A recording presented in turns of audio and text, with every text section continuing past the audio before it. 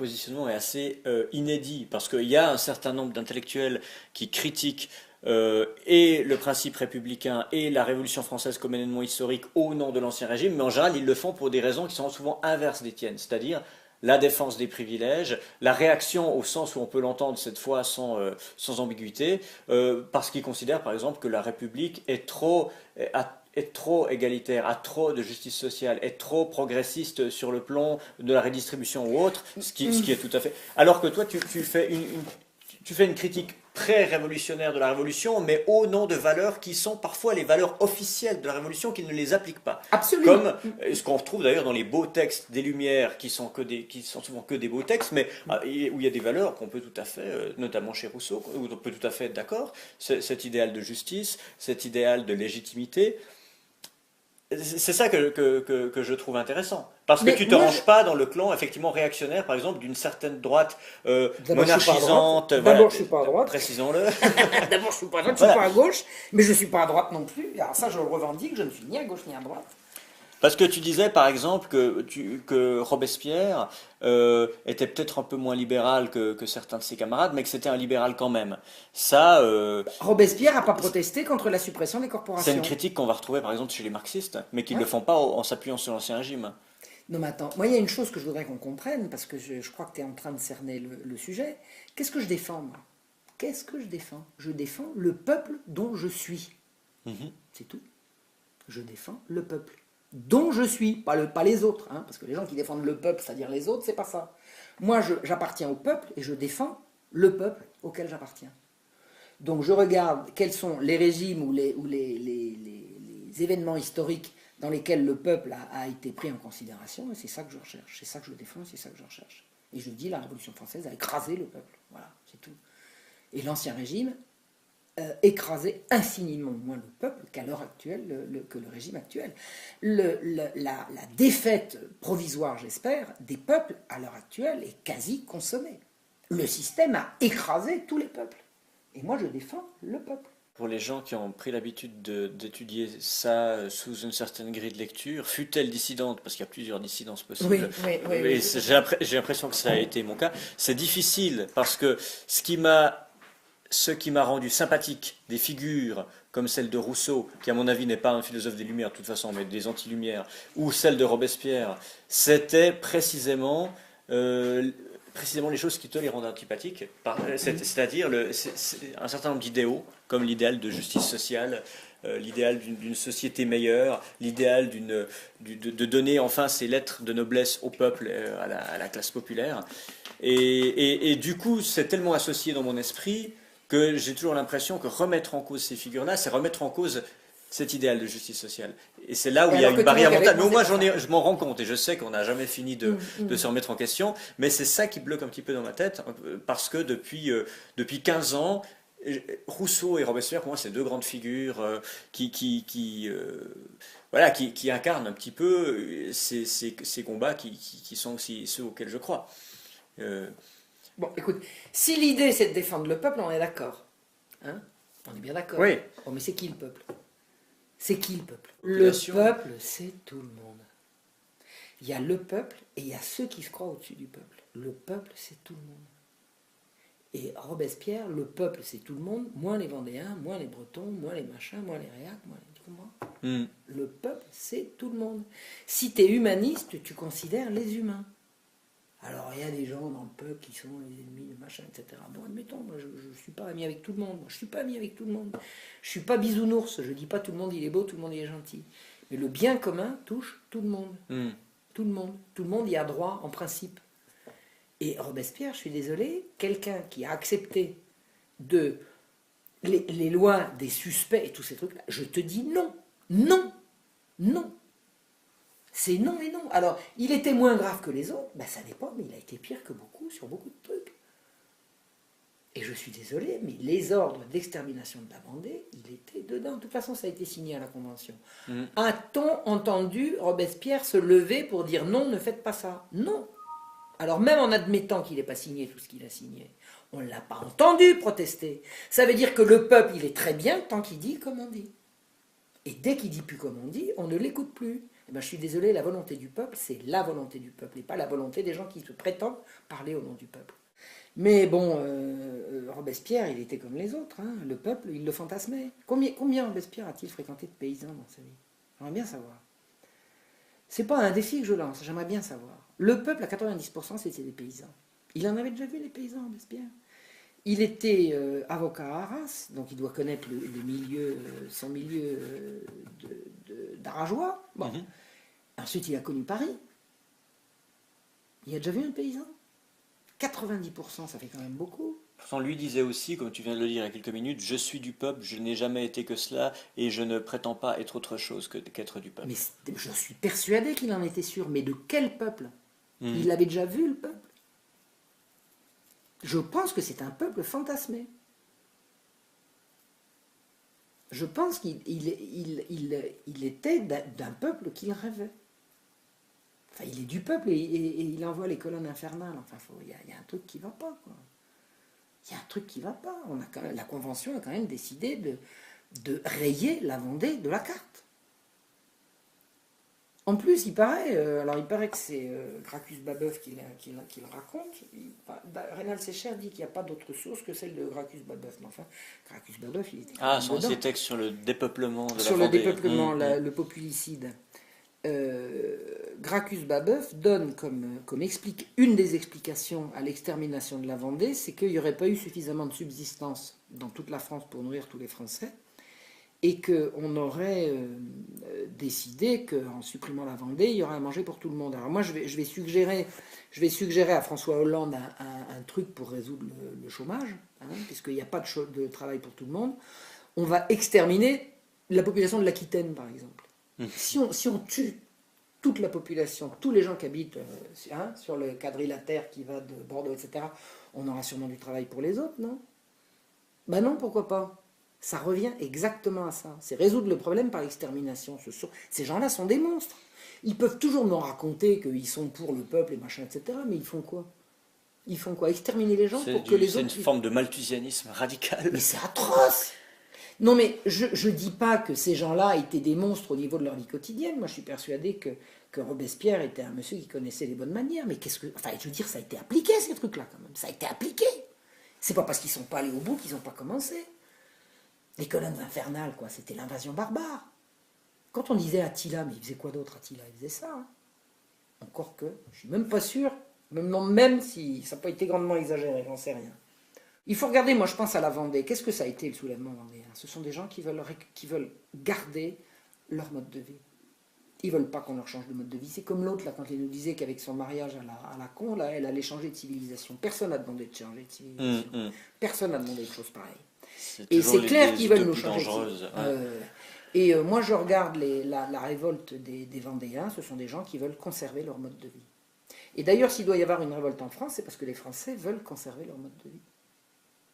Ils ne veulent pas une révolution pour obtenir machin de truc, ils veulent conserver surtout ce qu'ils ont. Conserver son mode de vie. Je trouve qu'en France, pendant longtemps, on a vécu bien.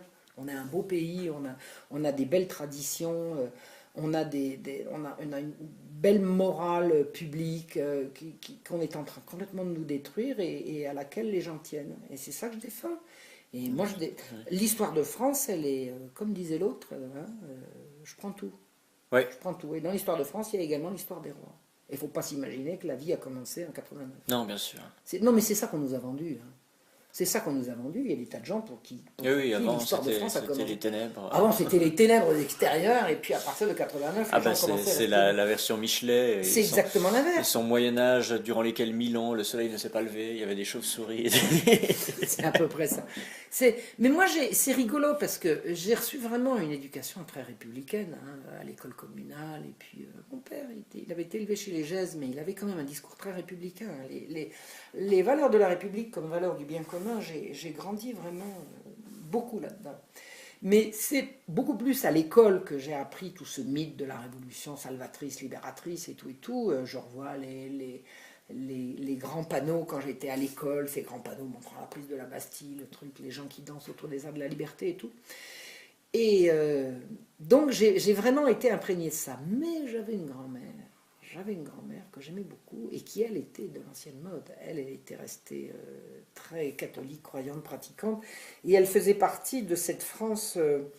alors, c'était pas l'argent qui motivait ma grand-mère, elle n'était pas d'un milieu riche. C'était d'un milieu qui avait eu du bien, mais c'est, disons, des laboureurs qui avaient plutôt bien vécu. Faisait partie du peuple, classe moyenne, disons, hein, comme origine. Et elle a été très anti-révolutionnaire. Et elle m'a dit des choses que, l'air de rien, je retrouve maintenant. Quand je lis sur la Vendée, quand je lis sur la contre-révolution, j'entends ma grand-mère. Et je me souviens quand j'étais petite, j'étais choquée de ce que me disait grand-mère, mais comme je l'aimais beaucoup et que j'avais beaucoup d'estime pour elle, je me disais grand-mère se trompe, mais je l'entendais quand même, je l'écoutais. Et la preuve, ça me revient maintenant. Donc, dans ma famille, je pense que mon père et ma mère, qui étaient quand même tout à fait issus de ce milieu-là, nous ont inculqué par conformisme les valeurs de la République. Mais ils n'étaient pas issus de ce milieu-là. Ils étaient issus d'un milieu profondément catholique, enraciné, paysan. La France que je retrouve maintenant, j'en suis vraiment issu, quoi. C'est par famille. Mais à un moment donné, je pense que mon père nous a expliqué un jour ce que c'était. C'est qu'au lendemain de la guerre, il a vu un danger communiste terrible. Il a vu arriver le spectre de l'invasion de l'Europe par les Rouges. Et je ne me souviens plus exactement en quel terme il disait ça, mais mieux valait plier que rompre, quoi. Il n'y avait qu'à se mettre un peu de ce bord-là pour lutter contre le communisme, quoi. C'est-à-dire mieux valait la République que les Rouges, hein, comme une espèce de moyen terme. Mais foncièrement, on n'est pas de ce bord-là. C'est pas ça. C'est pas ça. Je pense que nos racines et les valeurs qui nous ont été inculquées, c'est celles de la France catholique. En tout cas, au niveau de la morale, c'est vraiment la morale catholique qui est la mienne. Clairement. Clairement. Tout ce qui peut me choquer en matière de politique, au niveau international ou même national, tout ce qui me choque, c'est tout ce qui heurte la morale catholique. J'ai ça vraiment chevillé au corps. Puis ça, on ne choisit pas. C'est ce que j'ai reçu. C'est la morale que j'ai reçue. Alors je l'ai faite mienne parce que je suis issu de là où je suis issu. Mais c'est vraiment la morale catholique. Et c'est cette morale qui a été mise à mal par le libéralisme à la Révolution, clairement. Donc la morale dont je me réclame, elle est très, très, très, très ancienne. C'est pas du tout une morale républicaine, du tout. Le libéralisme a toujours eu besoin de briser ce qui entravait sa course, et souvent c'était aussi les vieilles solidarités organiques, et puis les structures traditionnelles, dont la religion, entre autres. C'est vrai, bien sûr. C'est ça, ouais.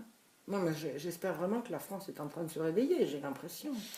Il y a un mouvement de réaction, dans le sens qu'on voudrait donner à ce terme, de réveil, c'est mieux. Voilà, on peut parler de printemps, comme c'est le cas. C'est un mot à la mode qui est assez joli, hein, le printemps français ou le printemps européen. C'est vrai. Et je vois, moi je sens de plus en plus que la République de la Révolution, qu'on nous a vendue comme la grande émancipation, c'est de plus en plus mal toléré par l'opinion. Je veux dire, les gens n'y croient plus. De plus en plus, les gens sont excédés par ces âneries, quoi. Ça suffit. Ça suffit de me faire croire que 89, c'est l'émancipation. L'émancipation de quoi? Ça n'est que des émeutes. Si les gens sont émancipés, ils ne font pas des émeutes. Ils vont sortir, danser, être contents. Et puis des manifestations qui se terminent par des décapitations et des promenades de trucs au bout d'une pique, on ne va pas dire que c'est une émancipation, c'est l'horreur, quoi. C'est l'horreur.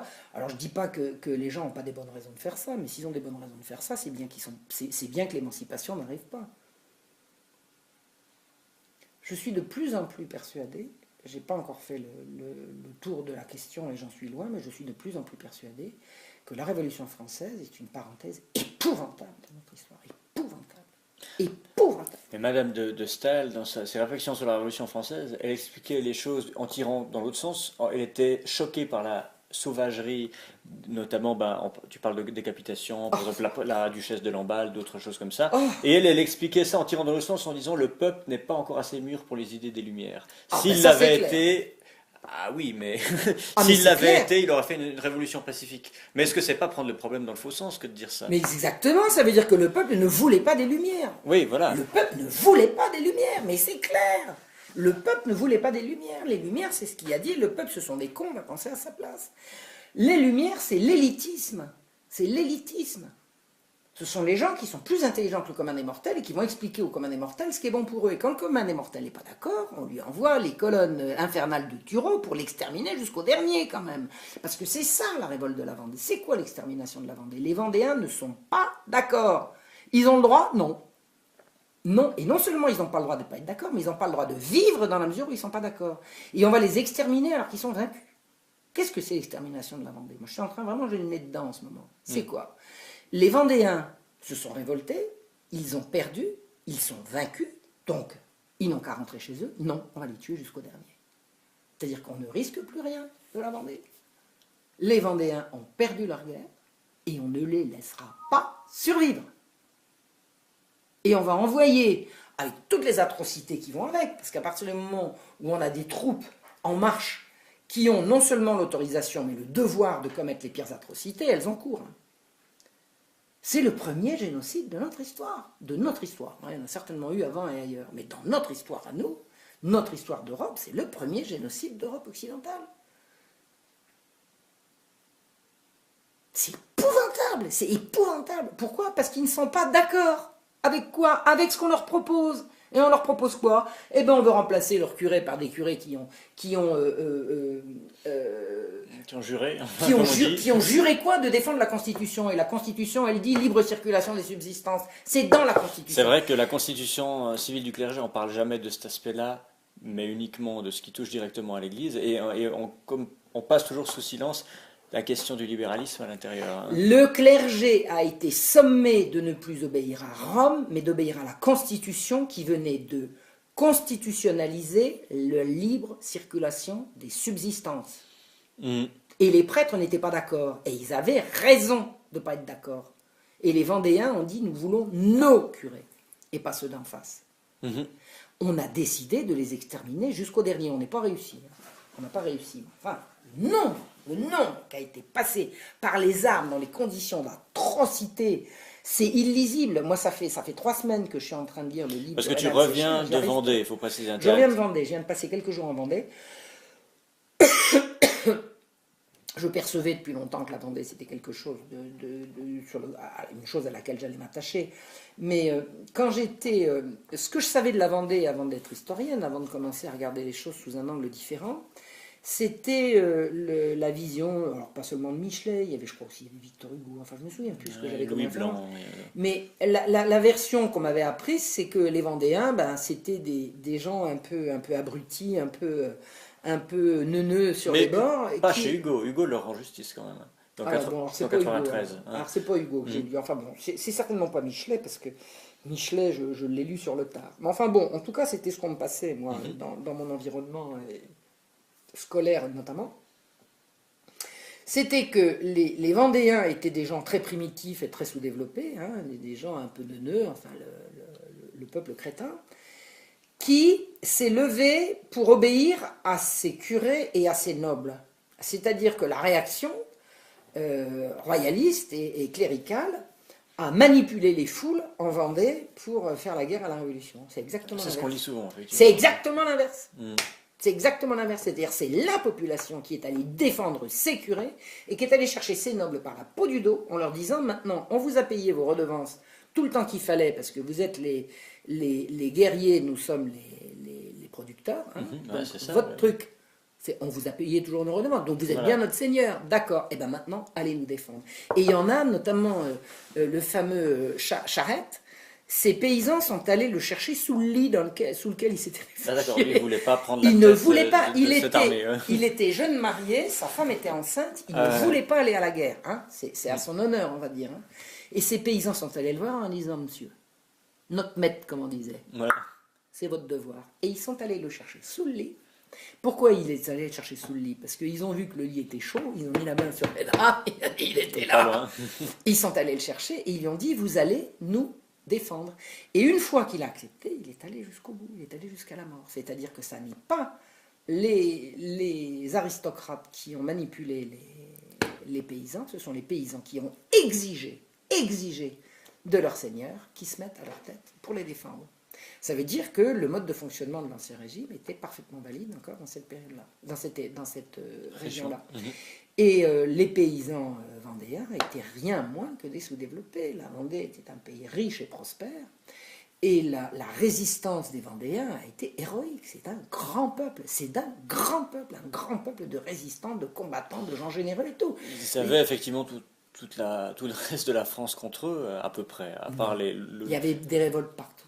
Oui, non, mais dans la mesure, comme tu le disais, où on mobilisait dans toute la France pour leur faire la guerre. La République mobilisait des troupes partout pour leur faire la guerre. C'est-à-dire que ce qui a fait que les armées vendéennes ont fini par perdre, c'est que quand ils mouraient, il n'y avait personne pour prendre la relève, alors que les armées républicaines avaient un réservoir à l'échelle de la nation. Mais j'ai lu quelques textes divulgués fournis par Rénal Sécher sur ce qu'on disait aux soldats pour justifier d'aller faire la guerre en Vendée. C'était n'importe quoi. C'était n'importe quoi. Les Vendéens, c'était des sauvages qui arrachaient les yeux, etc. etc. Donc on raconte toujours n'importe quoi quand on veut noyer son chien dès qu'il a la rage. Donc, moi j'ai compris ce que c'était que la Vendée. C'était un soulèvement populaire contre la République. Et ces gens-là n'étaient ni républicains, ni partisans de la mise au pas de l'Église par ces espèces de curés jureurs qui étaient en fait des fonctionnaires. Pour un curé, pour un bon chrétien, pour un catholique, le curé, il a comme supérieur la hiérarchie catholique. Et pas le Parlement, pas la Convention, Qu'est-ce que c'est que ça ? Ça veut dire que la constitution civile du clergé a soumis l'Église à la République, à l'État en l'occurrence. C'était pas encore la République, mais à quel titre ? Ce qui n'est pas très conforme à l'idéal de séparation des pouvoirs. Mais c'est exactement l'inverse de la séparation de l'Église et de l'État. C'est la soumission de l'Église et de l'État. On nous vend, parce qu'on dit n'importe quoi, que c'est 1905 qui a inventé la séparation de l'Église et de l'État. C'est une sorte de laïcisation à l'envers, où tout d'un coup, un des pouvoirs est soumis à l'autre, mais dans l'autre sens. C'est exactement l'inverse de la séparation de l'Église et de l'État. C'est la soumission de l'Église à l'État.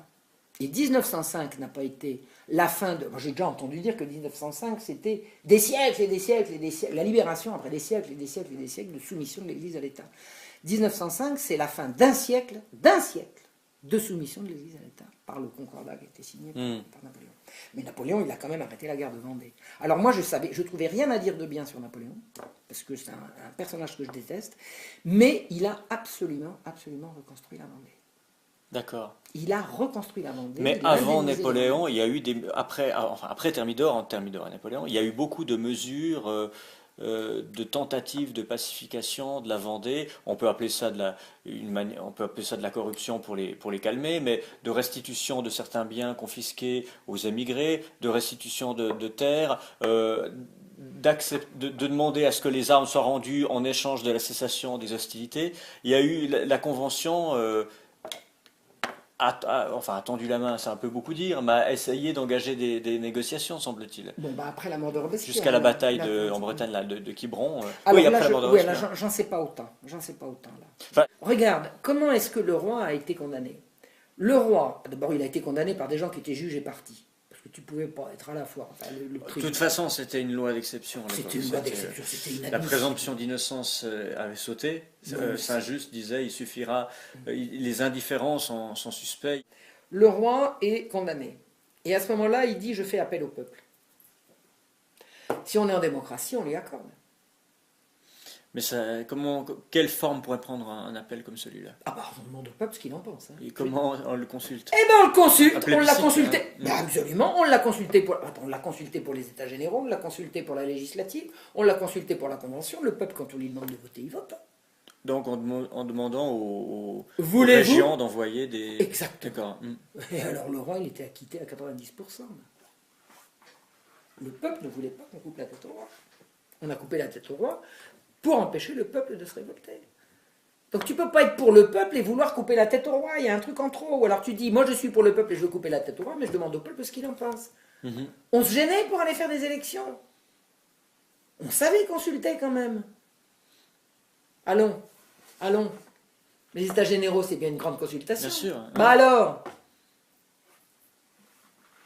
Il y a toujours, ce qui m'étonne toujours à un moment, c'est quand la famille royale revient de Varennes, où ils ont été arrêtés, que leur cote de popularité quand même, du moins à Paris, commence un peu à baisser, parce que beaucoup de de fidèles se sentent un peu trompés par cette tentative de fuite, et pour s'assurer qu'ils reviennent dans des bonnes conditions de sécurité et qu'il n'y ait pas de scandale, ni d'émeute, ni de débordement d'enthousiasme, il y a cet ordre qui dit, Ouais. celui qui, tu peux peut-être le citer, je ne me souviens plus, mais celui qui insultera le roi sera battu, celui qui l'applaudira sera pendu, ou inversement, je ne sais Ou plus. inverse. Mais, Enfin oui, voilà. il était interdit ni d'acclamer ni d'insulter. Ouais. Voilà, ça montre quand même Oui, c'est-à-dire une tension.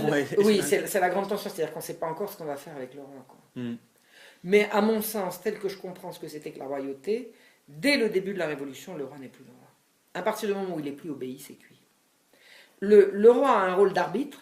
À partir du moment où on fait passer son rôle d'arbitre sous les fourches codines des décisions d'une assemblée qui décide par celui qui gueule le plus fort, c'est cuit, c'est fini. Donc tu comparerais l'Assemblée constituante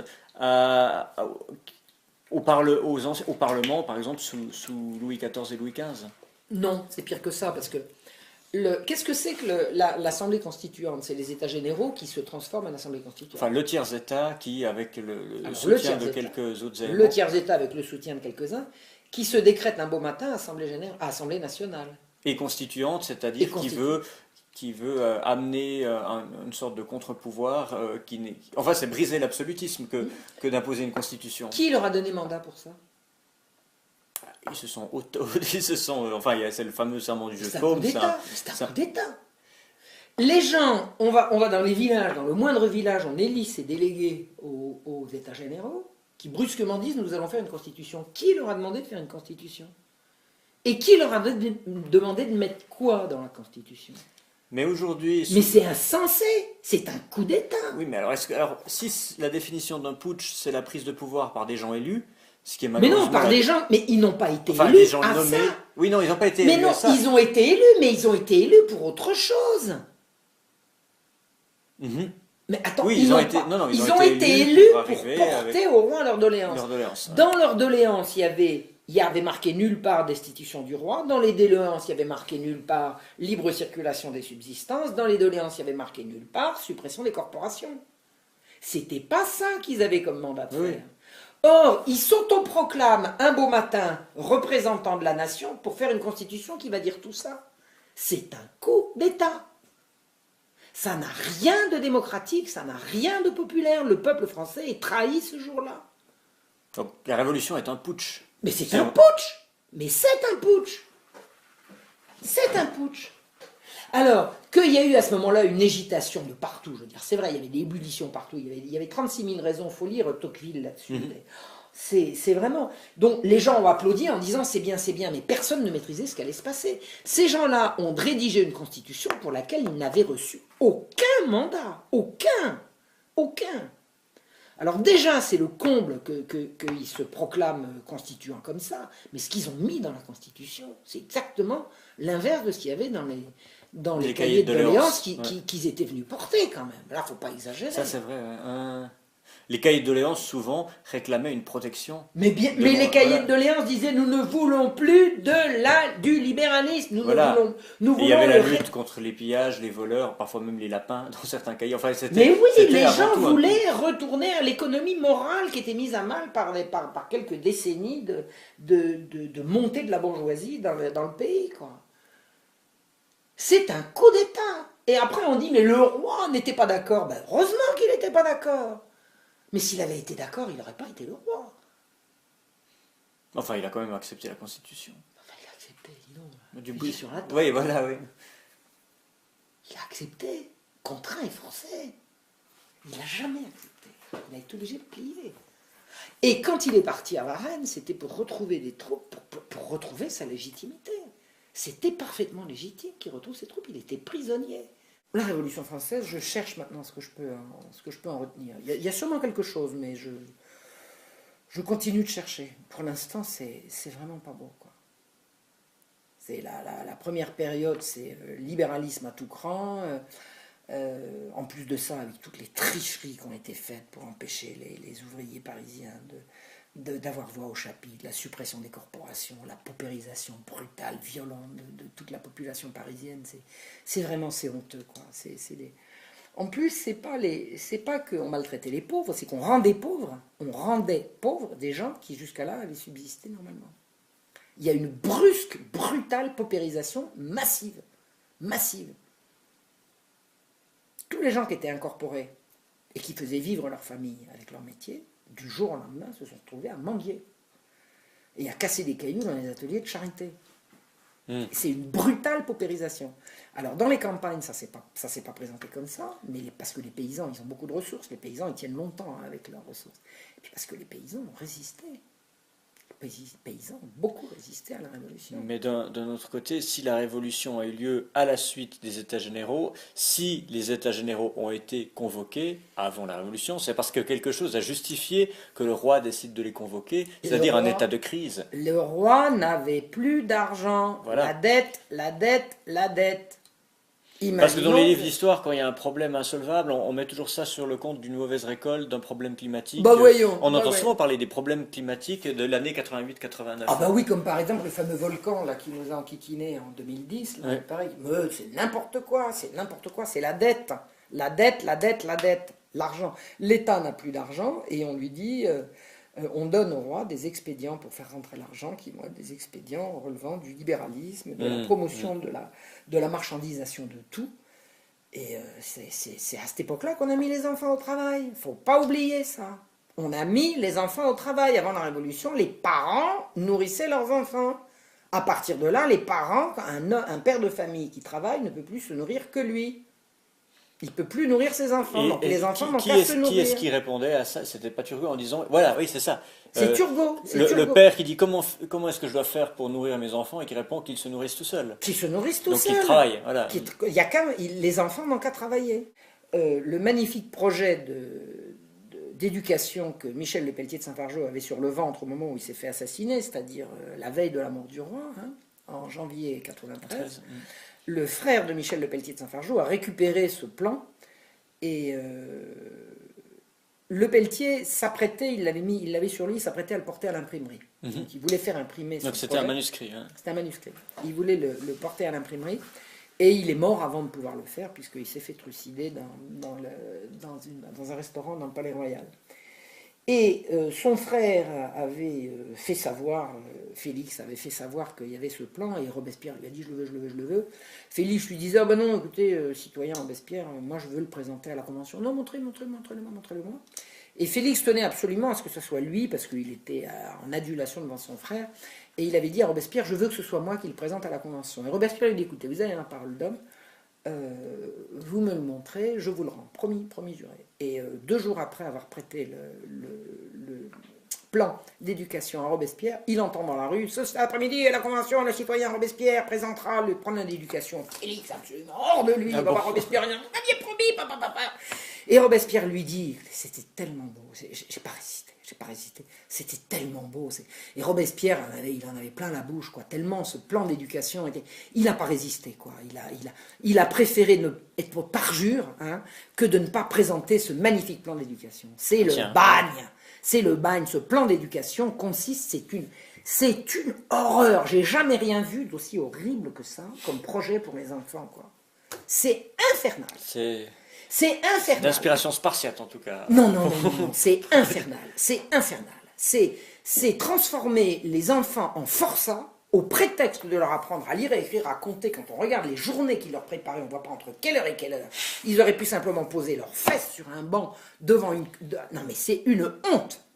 C'était les travaux forcés avec rentabilité obligatoire. Non mais c'est incroyable. Et le tout dans l'idée d'arracher les enfants à la mauvaise influence de leurs parents, parce que ça commence toujours comme ça, ces trucs-là. Les parents, c'est bien connu, ils sont nuls.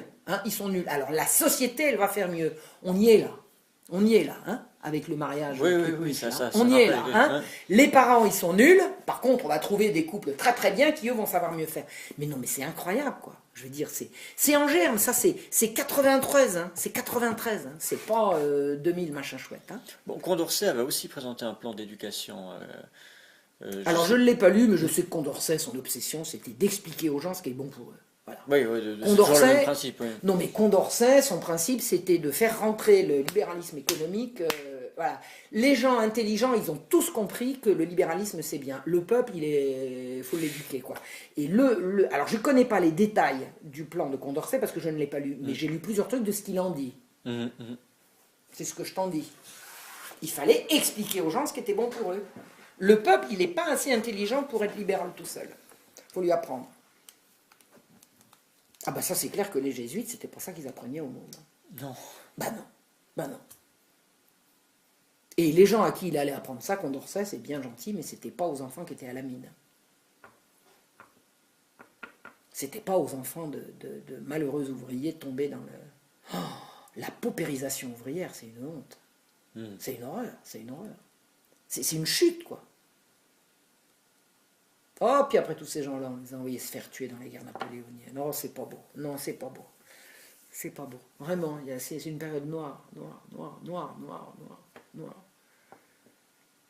J'arrive plus à avoir quelque chose de bien dans cette période. J'espère que ça va revenir. Enfin, j'espère. Disons que j'exclus pas, voilà.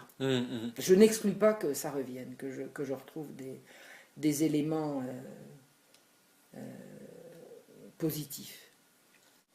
Quand on a dit qu'on a supprimé tous les privilèges la nuit du 4 août, c'est bien, alors il y a des gens qui baissent, il a supprimé les privilèges.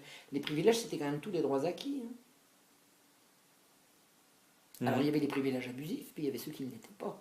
Et on n'a pas fait le détail entre les abusifs et les bons. Donc on a tout supprimé d'un coup.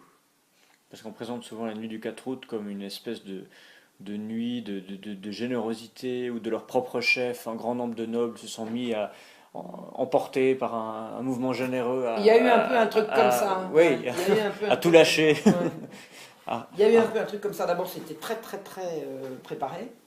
C'était quand même le chapelier qui dirigeait les débats, le même de la loi. Ouais. Le même de la loi du même nom, franc-maçon devant l'éternel. Le chapelier, franc-maçon, chez franc-maçon.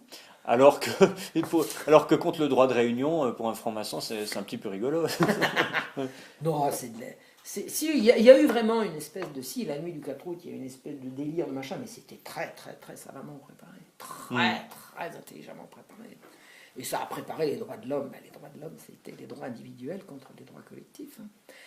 Eh bien, les droits individuels, c'est quand même l'atomisation de la société, la fin de la chute de toutes les barrières protectrices. Donc on en revient à la destruction de la vieille société organique pour quelque Exactement, chose où est atomisé, effectivement. Ouais. Ce qui s'est passé au niveau des corporations, par exemple, c'est que les corporations n'ont pas été abolies par la nuit du 4 août, puisqu'elles existaient encore le 5, mais la façon dont les droits, dans l'abolition des privilèges a été énoncée, les corporations ayant reçu du roi des privilèges, on a dit qu'il n'y avait plus de corporations.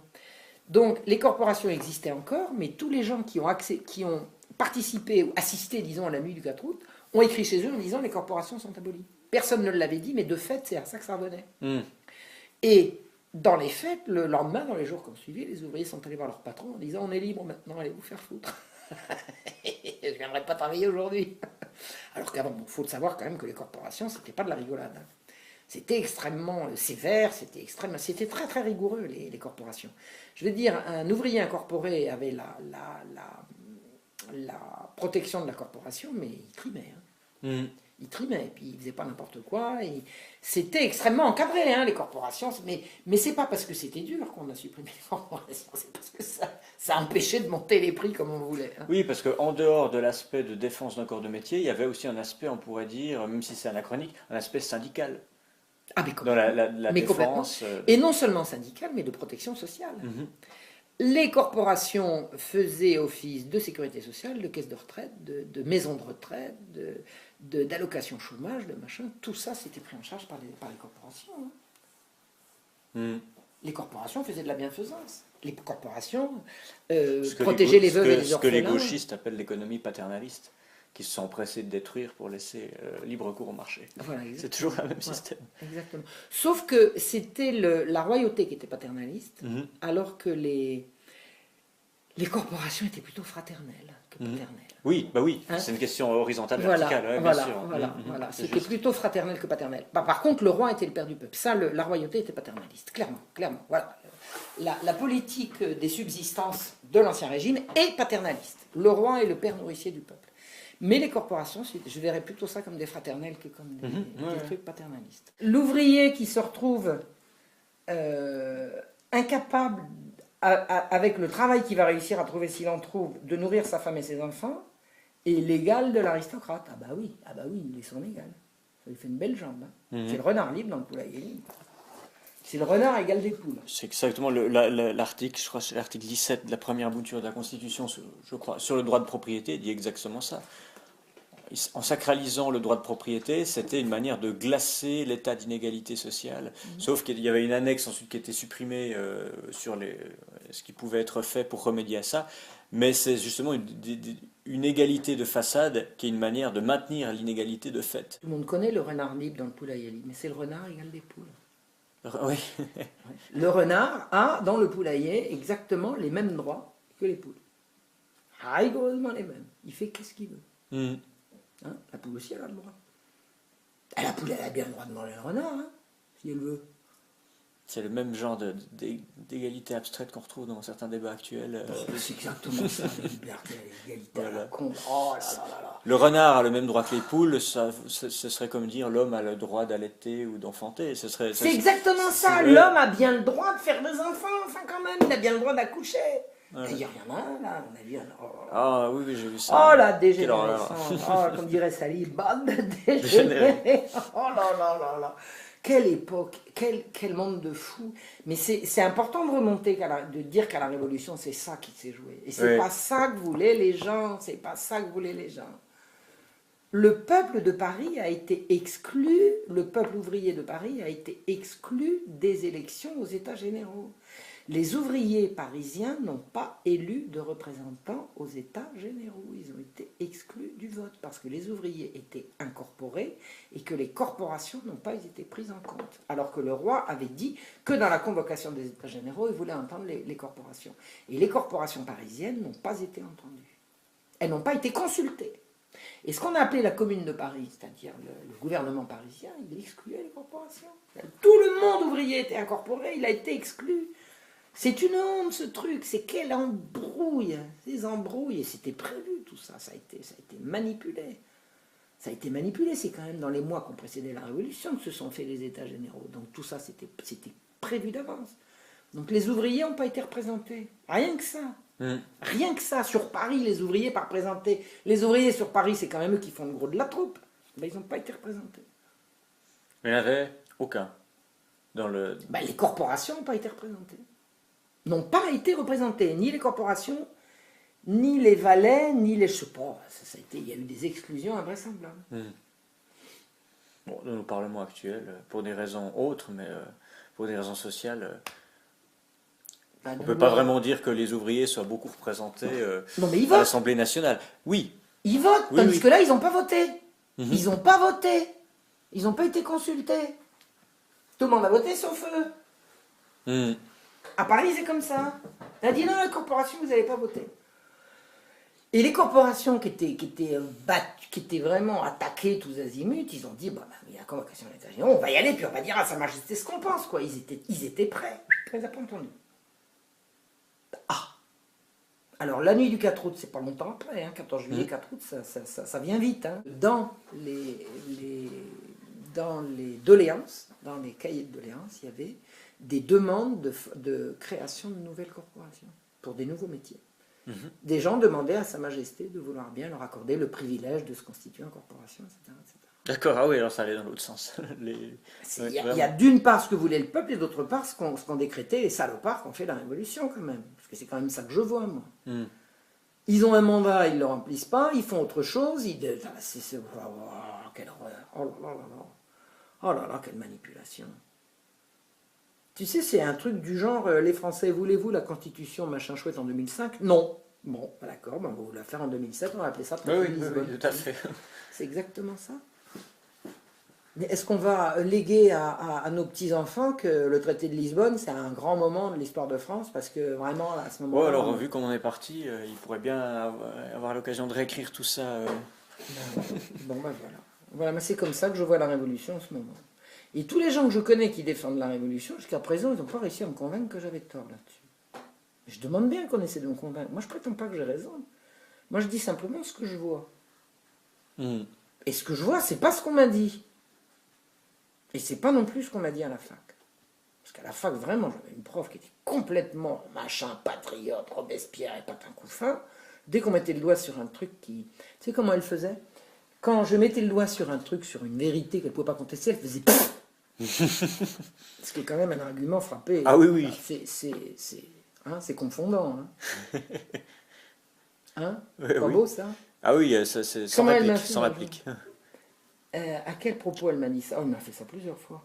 Oh, mais ça peut répondre à beaucoup de choses. Ah non, mais elle était... Ah bon? Non, attends, je suis désolé, ça. Il n'y a pas le geste, mais on Il n'y a imagine. pas le geste, les épaules, Haussement les des yeux au épaules, ciel. voilà. Et c'est tout ce que j'ai eu comme argument. Notamment sur la face cachée du jansénisme. Bon. Voltaire antisémite. Ah, c'est la meilleure. Voltaire pas antisémite. Oh, oh, oh, oh là là là là. Ah, c'est quelque chose. Oser dire que Voltaire n'était pas antisémite. D'ailleurs, Hitler aimait beaucoup les juifs. Ah bah, dans le même ordre d'idée. Non? C'est invraisemblable de dire des trucs comme ça. Il y a la doxa, il y a la vérité, et puis... Moi, je ne me rendais pas compte avant de faire de l'histoire à quel point on était manipulé. Je n'avais vraiment une notion très vague. Très très vague. Je me rendais bien compte un petit peu que on et où. Mais quand j'ai compris que l'historien Reynald Secher avait été empêché et quasiment interdit de faire son métier à l'Éducation nationale, j'ai vu que c'était vraiment grave. C'est beaucoup plus grave que ce qu'on dit. Et j'ai toujours dit, oui, ben, on a la liberté d'expression en France dans la mesure où on dit ce qui ne dérange pas. Bon, ben, j'ai jamais compris aussi bien que maintenant à quel point. On a en France la liberté de ne dire que ce qui ne dérange pas. Ouais, c'est le déni du débat démocratique, quoi. Et c'est ce qu'on appelle les l'argument Lumières. d'autorité. Hein. Ouais, c'est ce qu'on appelle les Lumières. À l'époque des Lumières, c'était exactement ça. Quiconque se manifestait contre le discours des Lumières le payait très, très, très cher. Très, très cher. Oui, et puis Voltaire avait ses méthodes. C'était pas forcément de recourir à des avocats, mais de lancer des cabales sur fond de calomnie pour déshonorer quelqu'un. Ouais, c'est exactement ça. Et puis Turgot, pour empêcher tel truc, il dit bon, ben, on va interdire. Oui, voilà, comme le livre de Necker. Voilà. On va interdire. Et on dit, on redit, les Lumières, c'est la liberté d'expression. C'est exactement l'inverse. L'arrivée des Lumières, c'est l'interdiction de discuter.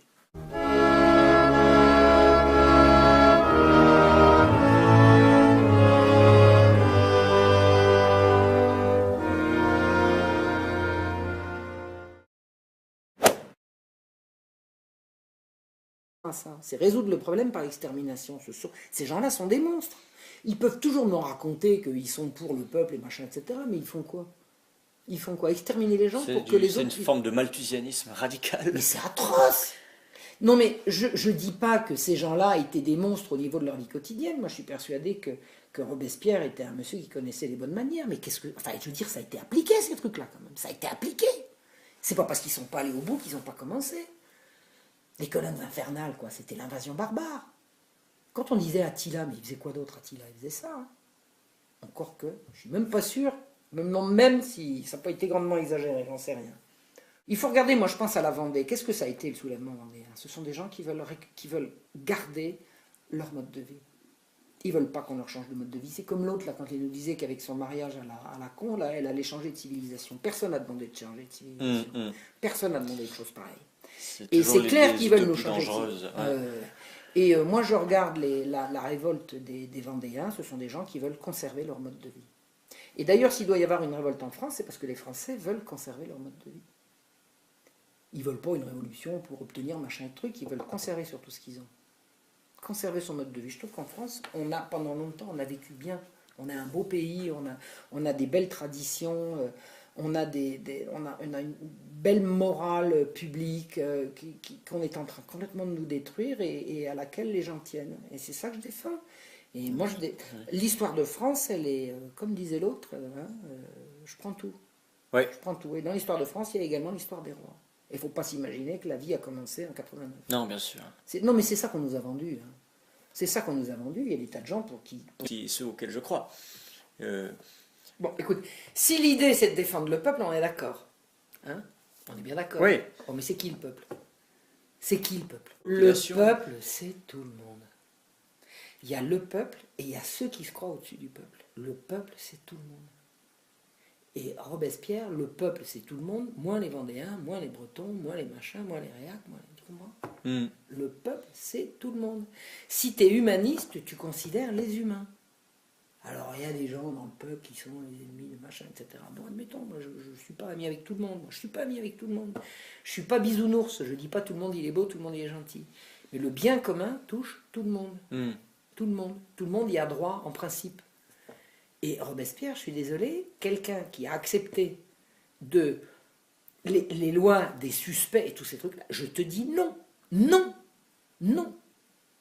C'est non et non. Alors, il était moins grave que les autres, ben ça dépend, mais il a été pire que beaucoup sur beaucoup de trucs. Et je suis désolé, mais les ordres d'extermination de la Vendée, il était dedans. De toute façon, ça a été signé à la Convention. A-t-on entendu Robespierre se lever pour dire non, ne faites pas ça? Non. Alors même en admettant qu'il n'ait pas signé tout ce qu'il a signé, on ne l'a pas entendu protester. Ça veut dire que le peuple, il est très bien tant qu'il dit comme on dit. Et dès qu'il dit plus comme on dit, on ne l'écoute plus. Eh ben, je suis désolé, la volonté du peuple, c'est la volonté du peuple, et pas la volonté des gens qui se prétendent parler au nom du peuple. Mais bon, Robespierre, il était comme les autres. Hein. Le peuple, il le fantasmait. Combien Robespierre a-t-il fréquenté de paysans dans sa vie? J'aimerais bien savoir. C'est pas un défi que je lance, j'aimerais bien savoir. Le peuple, à 90%, c'était des paysans. Il en avait déjà vu, les paysans, Robespierre.